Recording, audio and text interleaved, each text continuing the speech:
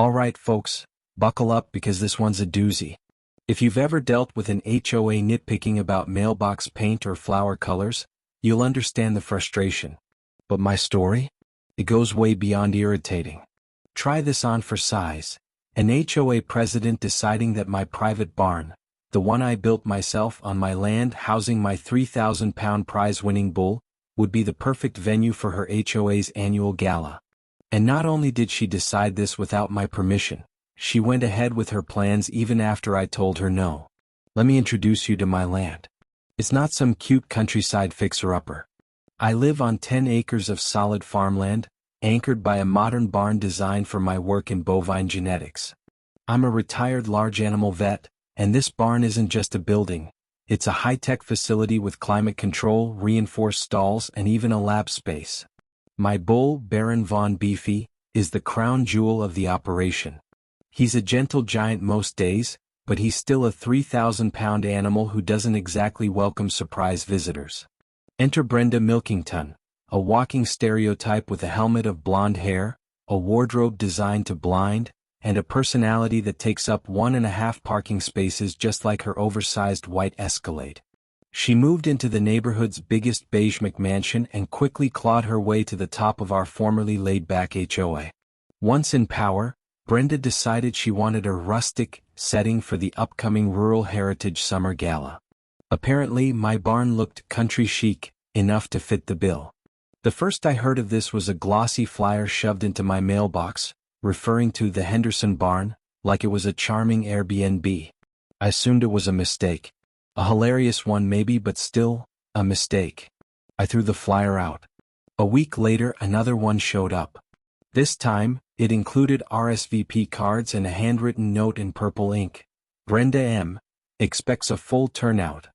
And yet still, no one had spoken to me. No emails. No calls. Not even a knock at the door. So I called her. Brenda Milkington, HOA President. How may I enlighten your day? She chirped when she picked up. I introduced myself. Her tone shifted, but not by much. She started rambling about fairy lights, bluegrass bands, and how darling everything would look in my barn. I stopped her. Brenda, I said as evenly as I could, my barn is not a party venue. It's a working agricultural facility housing a 3,000-pound bull. It's not available. She gasped. Literally gasped. But the flyers have gone out. The community is expecting this. She whined. I didn't authorize anything, I told her. And unless you want Baron Von Beefy showing up uninvited, you'll cancel immediately. She hung up on me. I figured that was the end of it. Wrong. The next week, I found a huge banner zip-tied to my front gate, thanking me for my generous community spirit and announcing the future site of the gala. This was no longer a misunderstanding. This was war. I cut the banner down and marched it straight to her McMansion. Gerald, her bewildered husband, opened the door with all the confidence of a deer in headlights. Brenda eventually appeared, glistening in a turquoise tracksuit and mid-rant about cilantro in her artisanal salsa. Brenda, I said, holding the banner out like a dropped gauntlet, take this down. She smiled.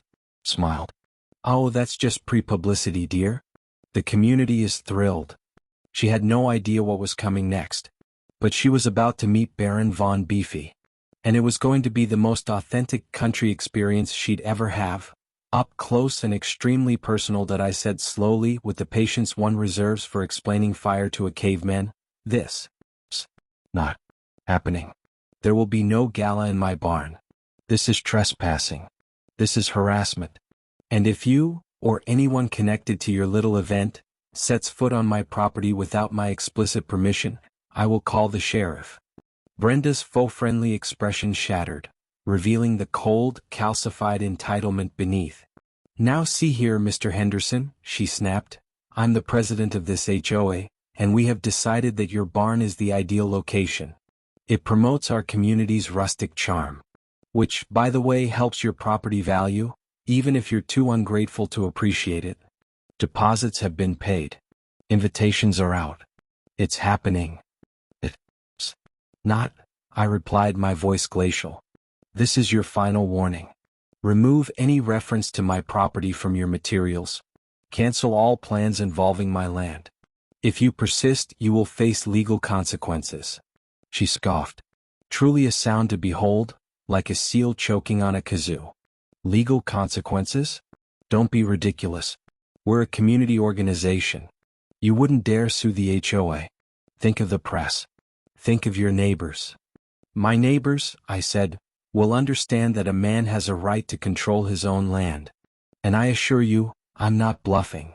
I dropped the rolled-up banner at her feet. Keep your party off my property. Then I turned and walked away as her indignant shrieks echoed down my driveway. Uncooperative. Selfish. You'll hear from our lawyer. That last part nearly made me laugh. Brenda's idea of a lawyer was probably her nephew, same one who designed their glittery HOA website after watching a few YouTube tutorials.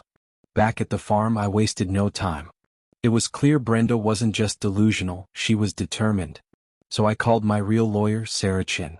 Sharp as a scalpel and allergic to nonsense, Sarah had helped me in the past with livestock contracts and land disputes. As I explained the situation, she chuckled dryly. Classic HOA power trip, she said. But this one's got a special flavor of crazy. She guided me through next steps. First, a formal cease and desist letter, certified mail, return receipt requested. We detailed everything: private property, prior refusal, legal ramifications for trespass. We even cited relevant state property statutes. It was a beautiful thing, like a velvet-wrapped hammer. I mailed it the next morning. Next, I upgraded my security. New high-definition cameras went up, covering the barn, the drive, every possible access point. They'd catch anything, or anyone, that crossed onto my land without permission. A few days later, I received the return receipt. Brenda herself had signed for the cease and desist. For a brief, foolish moment, I let myself hope that maybe, the official tone and legal threat had gotten through her titanium skull. Nope. That Saturday, I caught a flatbed truck attempting to turn into my driveway. On it, half a dozen portable toilets. I flagged the driver down. Morning, I said. Can I help you? Delivery for the Rural Heritage Gala, he said, checking his clipboard. Henderson Barn? This is Henderson Barn, I told him. But there's no gala. And these aren't welcome. Who sent you? Lady named Brenda. Real enthusiastic. I bet, I muttered. She made a mistake. You'll need to take these back. He looked relieved. Fine by me, pal. Less unloading. She just said to put him discreetly behind the red barn. I pointed at my barn. It's not red. And it's not available. He left. But Brenda wasn't done. Later that evening, I got an email, CC'd to the entire HOA mailing list. Dearest neighbors, excitement is building for our summer gala. We've had a tiny hiccup with our generous host, Mr. Henderson, who's feeling a bit camera shy about his lovely barn. But rest assured, the event is proceeding as planned at this wonderful historic venue. Sometimes our old-timer farmers get a little quirky, but we all know he has a heart of gold and wouldn't dream of disappointing the community. He's just worried about his bull Baron, but not to worry. We've hired professional animal handlers to ensure Baron is comfortable in his special VIP area during the festivities. Can't wait to see you all there for a magical evening. I read it twice, my jaw tightening. Quirky old-timer? Bull safety concerns? Professional animal handlers? She wasn't just ignoring my cease and desist, she was planning to interfere with my livestock. And slandering me in the process. That was it. Brenda had crossed into suburban warfare territory. But she'd made a critical error, underestimating me. She wanted Baron to be part of the event? Fine. He would be. And not in the way she expected. Plans began forming, each more deliciously petty than the last. I checked the barn layout. The main space, 60 by 80 feet, high ceilings, wide sliding doors, was where she clearly envisioned her twinkle-lit cocktail hour. To one side, reinforced steel pipe stalls, including Baron's extra-large enclosure, complete with a gate that opened directly into the main area. Normally, Baron enjoyed access to his stall and paddock. But for Brenda's gala? Let's just say, I'd be adjusting his accommodations. I decided to reconfigure the internal gating of the barn. I had spare panels, heavy-duty steel pipe fencing I'd kept for contingencies, and put them to good use. The goal wasn't just to give Baron von Beefy a comfortable temporary stall. No, I was going to construct a fortress, a steel-walled VIP suite that would occupy the entire central portion of the barn floor. This wasn't some tucked-away corner enclosure, it was prime real estate. Baron wasn't going to be an accessory to the party. He was going to be the party. Not loose, not dangerous, just safely and immovably in the way. A living 3,000-pound centerpiece. Next, I considered the locking them in scenario, an idea that had been simmering ever since Brenda's porta-potty stunt. The barn doors, massive sliders on overhead tracks, could be securely latched from the outside. If Brenda and her party-planning posse did try to force their way in, it wouldn't be difficult to close the doors behind them for a short, enlightening stay. Not to trap them dangerously, of course not, but to give law enforcement a nice, enclosed group of trespassers to deal with. I gave Sheriff Brody a call. I've known Brody for years, a no-nonsense local who can smell HOA foolishness from a mile away.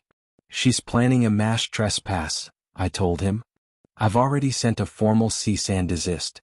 The party's supposedly next Saturday.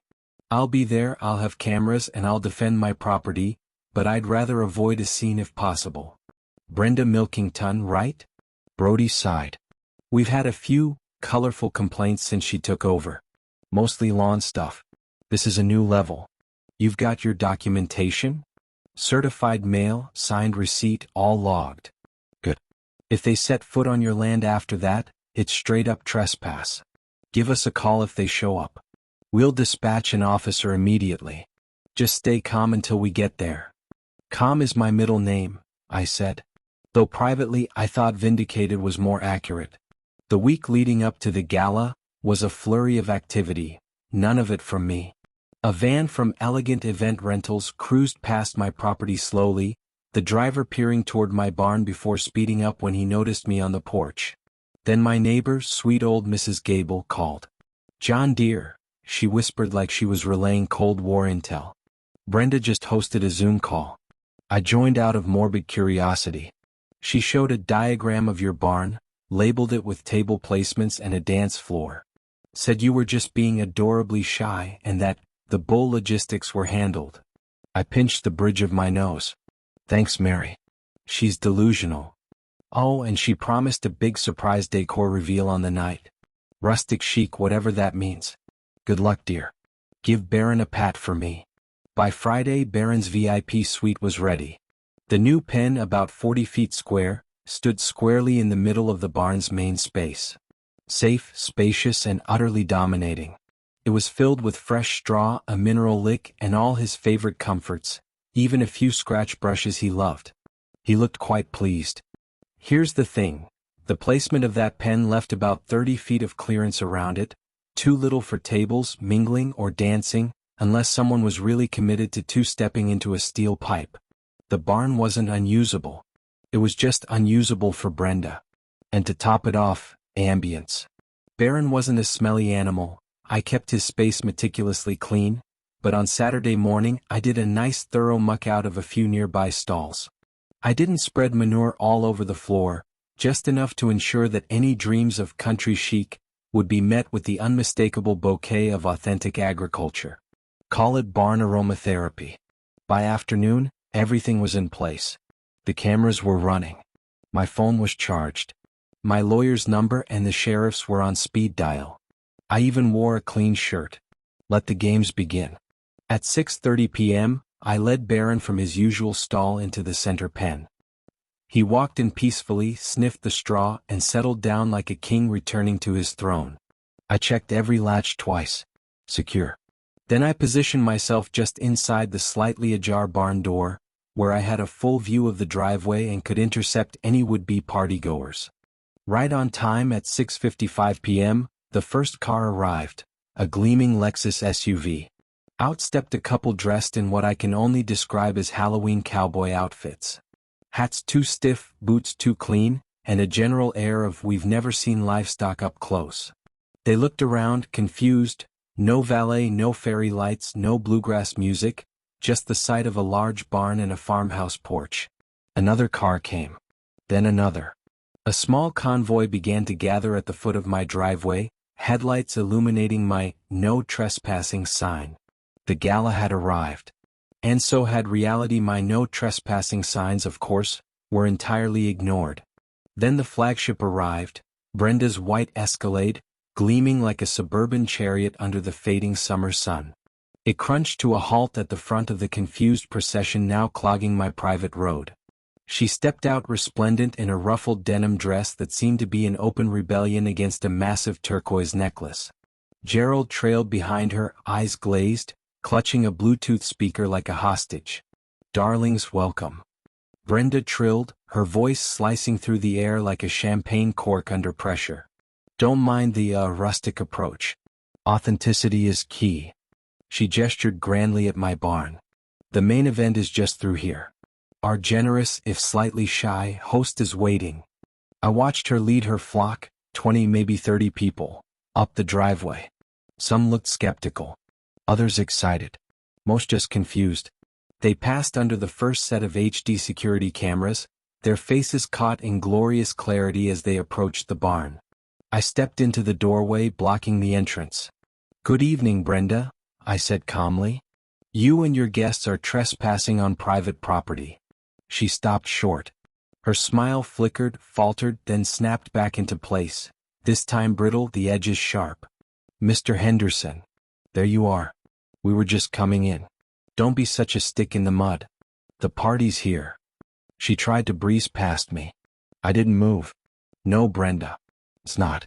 You were sent a legal cease and desist. You are all trespassing.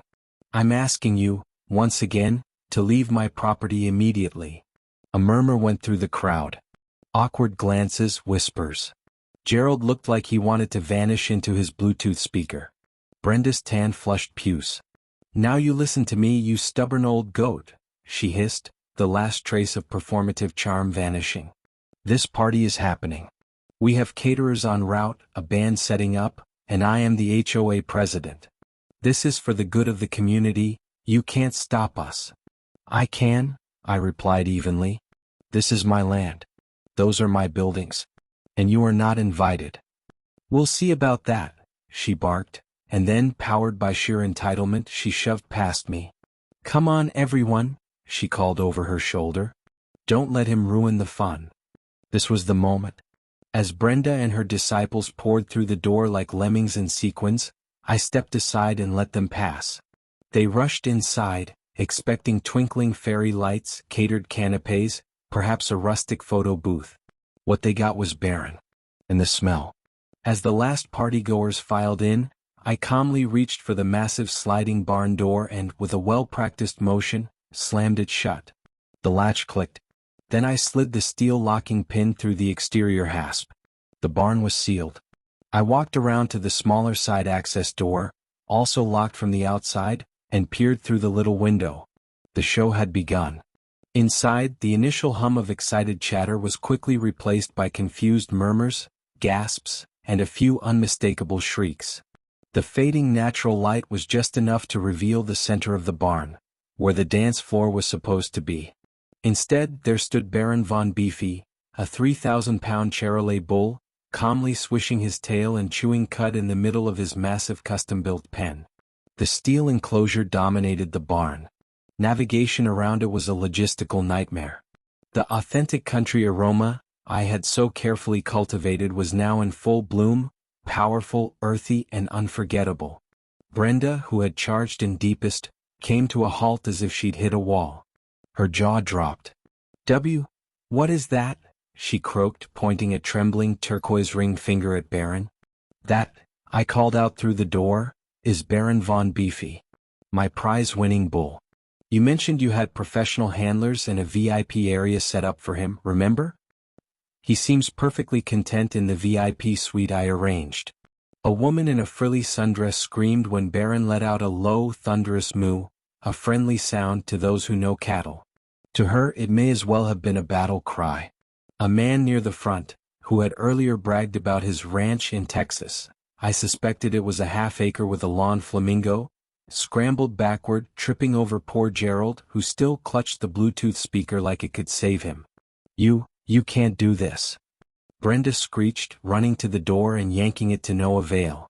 "This is outrageous. Let us out. There's a beast in here."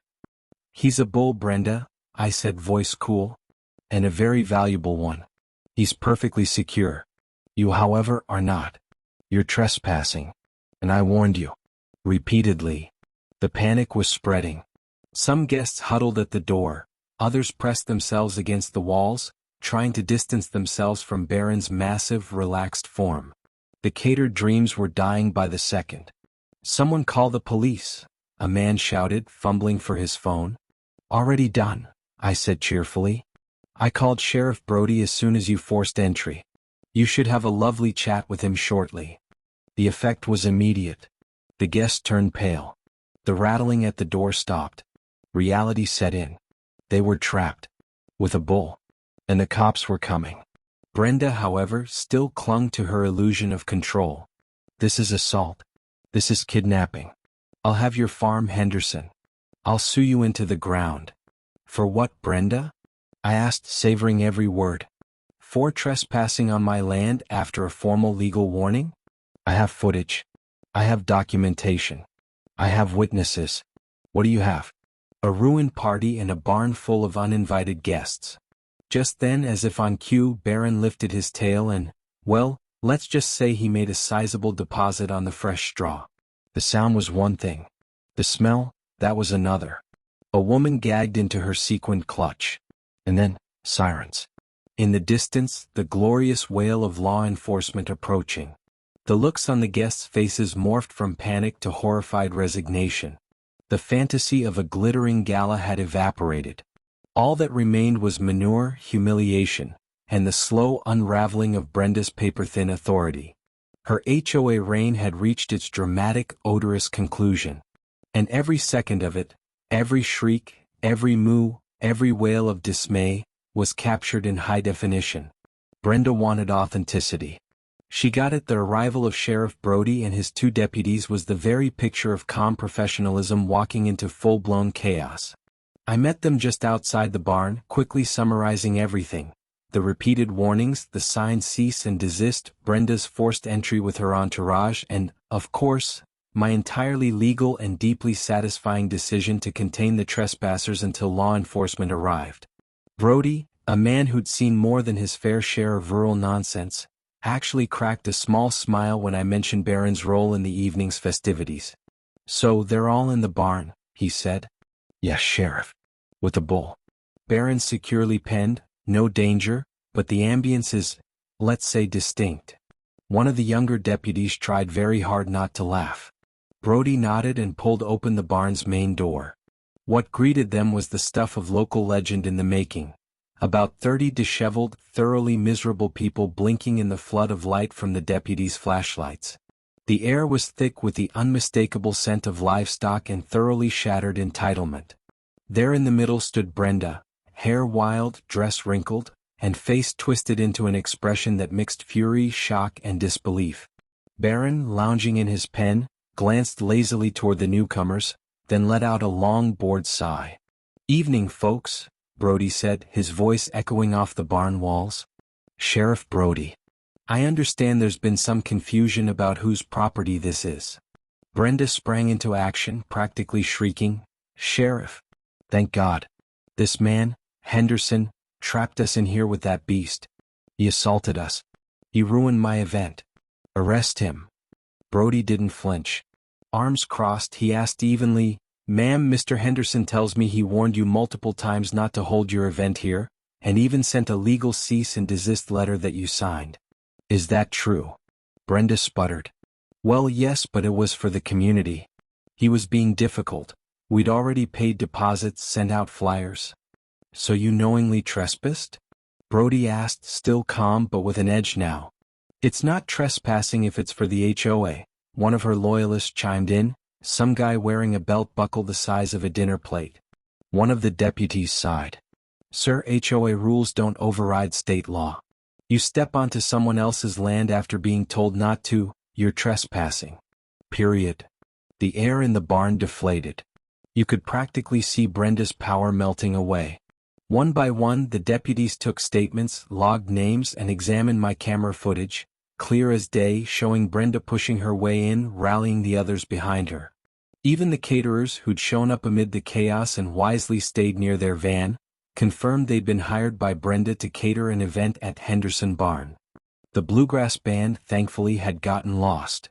A rare stroke of mercy. Eventually, the deputies let the guests leave, a dejected, odorous procession making their way back to their luxury SUVs and crossovers. Several cast Brenda dirty looks on the way out.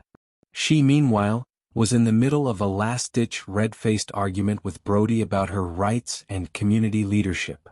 Gerald stood silently beside their Escalade, still gripping his Bluetooth speaker like a flotation device. No arrests were made, unfortunately for Brenda, who seemed convinced I should be the one in cuffs. But Brody made it clear, she was facing real potential charges. Trespassing. Possibly incitement. He strongly advised she avoid any further contact with me. And your HOA presidency, he added, might be on real thin ice. As the last car disappeared into the night, the only sounds left were the chirping of crickets and Baron contentedly munching hay. Brody clapped a hand on my shoulder. "Well, John," he said, a twinkle in his eye, "you sure know how to unhost a party." "Just protecting my land, Sheriff," I said. "And my bull's peace and quiet." The younger deputy chuckled. "Baron Von Beefy, huh? That bull's a legend now." The aftermath. The fallout came fast, and for me was immensely satisfying. The Rural Heritage Summer Gala fiasco, or Barnyard Bedlam, as it was quickly dubbed by local wags, became small-town legend almost overnight. Mrs. Gable, my jam-making neighbor, gleefully reported that the emergency HOA Zoom meeting the next day was a meltdown for the ages. Most of the guests Brenda had dragged into my barn were livid, some threatening legal action of their own against her. With the threat of real criminal charges, public humiliation, and mounting outrage, Brenda Milkington tendered her resignation within the week. Her email cited unforeseen personal circumstances requiring my full attention elsewhere. Translation: she got run out of town. Word had it she and Gerald were planning to sell their 4-ranch McMansion and relocate somewhere with fewer consequences. I wished them well, preferably in another time zone. My lawyer, Sarah Chin, had a field day with the footage and paperwork. The cease and desist. The video evidence. The witness statements. We opted not to pursue monetary damages, though it would have been easy, but she did send a final scorcher of a letter to the now Brenda-less HOA, spelling out their legal exposure in bold, underlined terms. The new board, surprisingly, included the Texas ranch guy, who seemed to have gained some humility from his barnyard ordeal. They issued a formal apology, both privately and in the community newsletter. They even donated to the local agricultural youth program in my name. That one? I actually appreciate it. Peace restored. Life on Henderson Farm returned to normal. Baron, entirely unfazed by his brief celebrity, resumed his majestic life, grazing, siring future champions, and being a 3,000-pound symbol of pastoral justice. He did, however, become something of a local celebrity. Cars would occasionally slow down, hoping to catch a glimpse. Some folks even stopped by, politely, asking to take a photo from the driveway. I usually said yes.